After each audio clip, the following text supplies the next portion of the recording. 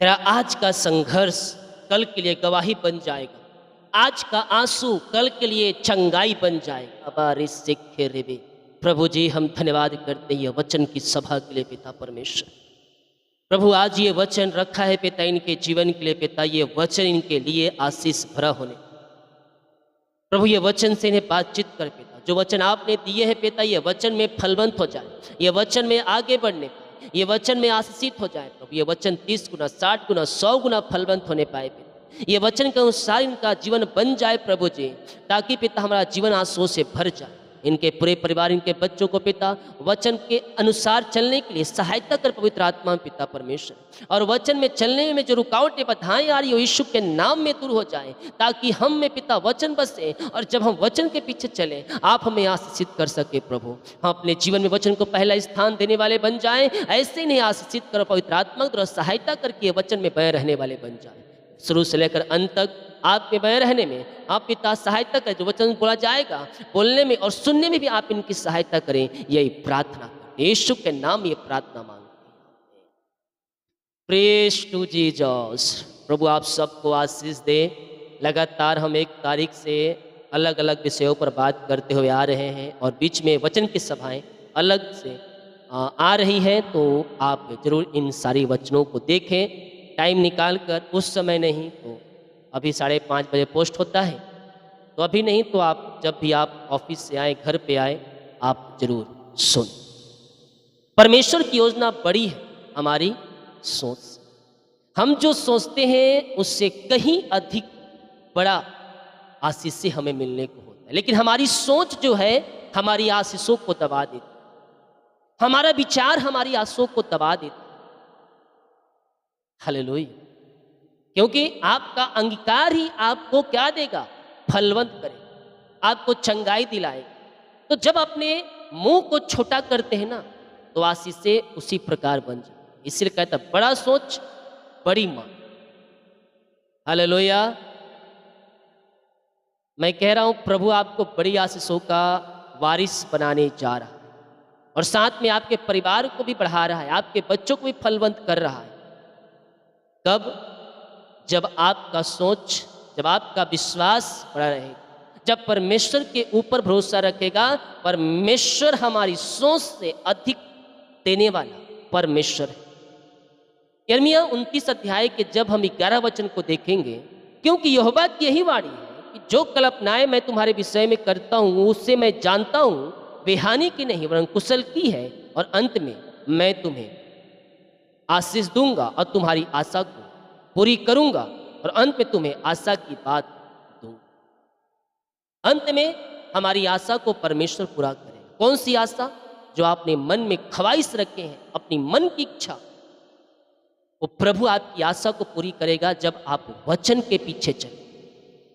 लेकिन वचन की सभा आती है या वचन की वीडियोस आती है, हम उसे देखते नहीं है, क्योंकि असली आशीष तो उसी में छुपा है। क्योंकि वचन जीवन है, वचन यीशु है, यीशु ने अपने नाम से जाता इन वचनों को महत्व दिया है। तो सोचिए, अगर आप इन वचनों को अपने जीवन में महत्व देंगे, आपका जीवन कहाँ जाए? आपका जीवन यहाँ से यहाँ जाए। लेकिन हम अपने जीवन में प्रभु को पहला स्थान नहीं दे रहे हैं। हमारी जिस प्रकार सैलरी आती है, पहले 5 उसको, 5 उसको, 10 उसको, 3 इसको, 4 उसको, उसके बाद बचता है, तब हम प्रभु के कार्यों के लिए हम कुछ देते हैं। उसके बाद हम दशमांश निकालने विचार करते हैं। लेकिन करना क्या चाहिए? जैसे हमारी सैलरी आए हम प्रार्थना करें उस पर। हम ATM कार्ड है उस पर प्रार्थना कर रख कर कि प्रभु इस सैलरी को ब्लेस करें, इसमें फलवंत करें, इसे आशीषित करें, दशमांश निकालें, मेरी सहायता करें, और जो पैसे बचे उसमें मेरी जरूरतों को पूरा करें। लेकिन हम क्या करते हैं? पहले से हम तैयारी करते 10 10 10 10 10 10 दशमांश पीछे। जब हम अपने जीवन में प्रभु को पहला स्थान देंगे, प्रभु को सर्वोत्तम हम रखेंगे अपने जीवन में, प्रभु भी हमारे जीवन में उसी प्रकार आशीष देगा। जब आप प्रभु के लिए आगे आएंगे, प्रभु आपके लिए आगे आएंगे। जब हम प्रभु के कार्यों खड़े हो जाएंगे, प्रभु हमारे लिए खड़े हो जाएगा। क्योंकि कहता है, जो कल्पनाएं मैं तुम्हारे विषय में करता हूं उससे मैं जानता हूं वे हानि की नहीं बल्कि आशीष के लिए।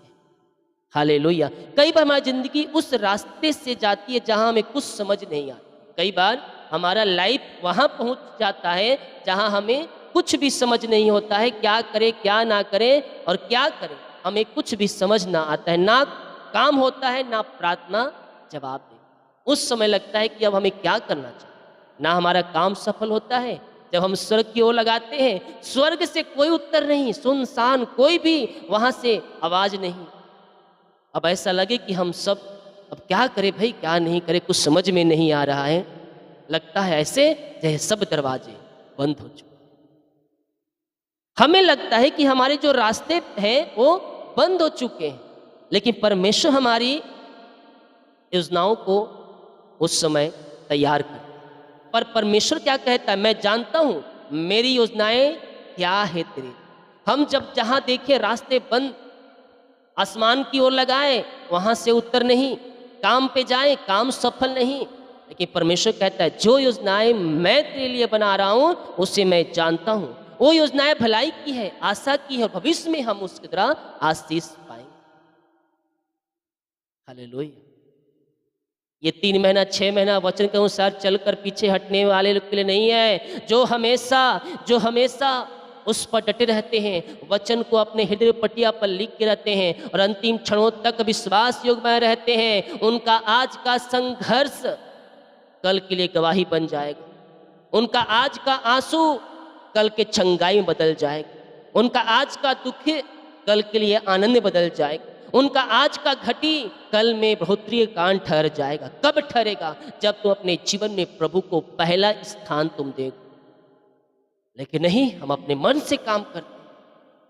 लो, इस पृथ्वी पर यीशु मसीह आया। इस पृथ्वी पर सबसे प्यारा नाम यीशु का नाम, जिसने हमारे पापों के लिए अपना अंतिम रक्त बहा दिया और हमारे लिए स्वर्ग जाने का एक रास्ता तैयार कर दिया, ताकि जो कोई विश्वास करे वह नष्ट ना हो परंतु अनंत जीवन। तो जब हम अपने जीवन में प्रभु को सर्वोत्तम स्थान देंगे, हमारे लिए आशीष के दरवाजे खुल जाए। जैसा कि नीति वचन 3 के 5 और 6 कहता है, तू अपनी समझ का सहारा ना लेना, वह संपूर्ण मन से यहोवा पर भरोसा रखना, उसी को स्मरण करके सब काम करना, तो वह तेरे लिए सीधा मार्ग तैयार। क्या करेगा? सीधा मार्ग तैयार करेगा। हम अपने मन से जो काम करते हैं, हो सकता है हमारे जीवन में रुकावटें बाधाएं आ जाए, आगे हम जाकर फंस जाए किसी काम में और वहाँ से कोई रास्ता नहीं दे। लेकिन जब हम अपने जीवन में प्रभु को सर्वोत्तम देंगे, जब अपने कामों को यहोवा पर डाल देंगे, वो हमारे लिए सीधा मार्ग निकलता है और हमें वह आशीषित करता है। रोमियो 8 के 28। और हम जानते हैं कि जो परमेश्वर से प्रेम रखते हैं उनके लिए सब बातें मिलकर भलाई को ही उत्पन्न करती हैं। जो लोग परमेश्वर से प्रेम करते हैं, निराशाओं में भी आनंद खोज लेते हैं, दुखी में भी खुश रहने का वह एक रास्ता तैयार कर लेते हैं। जहां दरवाजे बंद हो जाते हैं, वहां एक दरवाजा खुला नजर आता है। कौन? किसके लिए? जो परमेश्वर से प्रेम करते। हालेलुया। मसीह में आने के बाद शैतान पीछे पड़ता है, लेकिन बाइबल कहता है जो अंत तक धीरज धरेगा उसी का उद्धार।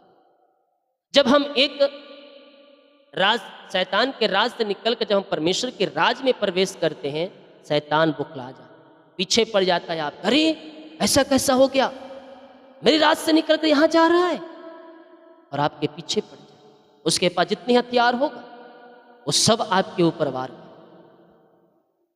लेकिन बाइबल कहती है शैतान का सामना कर तो तेरे पास से भाग जाए। शैतान का सामना कैसे करें?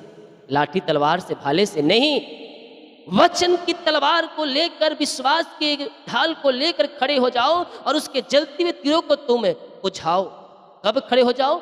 विश्वास की ढाल को लेकर जब तुम खड़े हो जाते हो, शैतान के आने वाले तीरों को तुम अपने ऊपर से रोकते हो।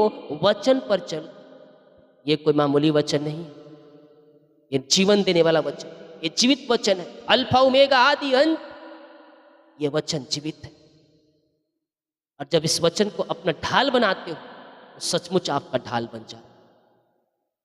हालेलुया। शत्रुओं से लड़ने का एक सहारा है वचन। आमीन। हमारा यह मल्लयुद्ध इस संसार से नहीं, बल्कि उस शैतान के हाकिमों से है जो आकाश में। और बाइबल कहते हैं, शैतान का सामना करो तुम्हारे पास से भाग जाएगा। लेकिन शैतान आता नहीं है पास की, वो खुद पीछे हट जाते हैं। लेकिन वचन क्या कहता है, सामना करो, कठिनाइयों का सामना करो, परेशानियों का सामना करो, दुखों का सामना करो, बीमारियों का सामना करो। और जब तुम सामना करोगे वो तुम्हारे पास से भाग जाए, और नहीं करोगे तो आकर घुस जाए। और सामना करने का क्या है, वचन की विश्वास के ढाल को लेकर। जब तुम विश्वास में आगे बढ़ते जाओगे, विश्वास को मसीह में तुम जड़ पकड़ते जाओगे, ओ शैतान के आते हुए हर एक जलते हुए तीरों को तुम बुझा सकते हो। कैसे बुझा सकते हो, विश्वास में चल। वो विश्वास वो हथियार है जो पहाड़ों से कहोगे हट जा तो तुम्हारे लिए हट जाए। राई का दाने के बराबर अगर विश्वास आपके अंदर होगा, राई के दाने के बराबर वो पहाड़ हटा सकता है, अगर आपके अंदर उतना विश्वास हो। हालेलुया। हमने देखा पिछले दिनों किस प्रकार से दाऊद गोलियत को मारने के लिए खड़े हो जाता है। गोलियत आता है भाला बर्छी लेकर लड़ने के लिए, लेकिन दाऊद सेनाओं के यहोवा के नाम से आता और कहता है, मेरा परमेश्वर मुझे तुझे हराने में सामर्थ्य देगा और तेरे गर्दन को मेरे मुट्ठी में कर दे। हमारा परमेश्वर वैसा वो सामर्थी है, वो पल भर में जीवन को बदलने वाला परमेश्वर है। आपके बिगड़े हुए हालात को बदलने वाला परमेश्वर यह वचन में है। जब ये तो वचन पर विश्वास करोगे, बिगड़ी हुई परिस्थितियां तुम्हें बदल जाएगी, बिगड़े हुए हालात बदल जाएंगे। हालेलुया। जहां तुझे केवल अंधेरा दिखाई पड़ता है, वहां परमेश्वर एक नई सुबह तैयार कर रहा है। तेरा काम भरोसा रखना, बाकी काम वह पूरा। अंधियारे में उजाला का रास्ता परमेश्वर तेरे लिए बना रहा है। एक नई सुबह की तैयारी परमेश्वर कर रहा है। बस तेरा काम क्या है, भरोसा रखना, बाकी काम परमेश्वर करेगा। तेरे बंधनों को तोड़ेगा, तेरे मार्गों को खोलेगा, और तेरे जीवन जो असफलता से घिरा है वो सफलता में बदलेगा। आज शैतान के सारे वार तेरे ऊपर असफल होंगे, क्योंकि तूने वचन पर विश्वास किया, वचन को अपने जीवन तूने पहला स्थान दिया। और जब तू वचन को अपने जीवन में पहला स्थान देगा, प्रभु तुझे पहले स्थान पर रखेगा। ओ हालेलुया।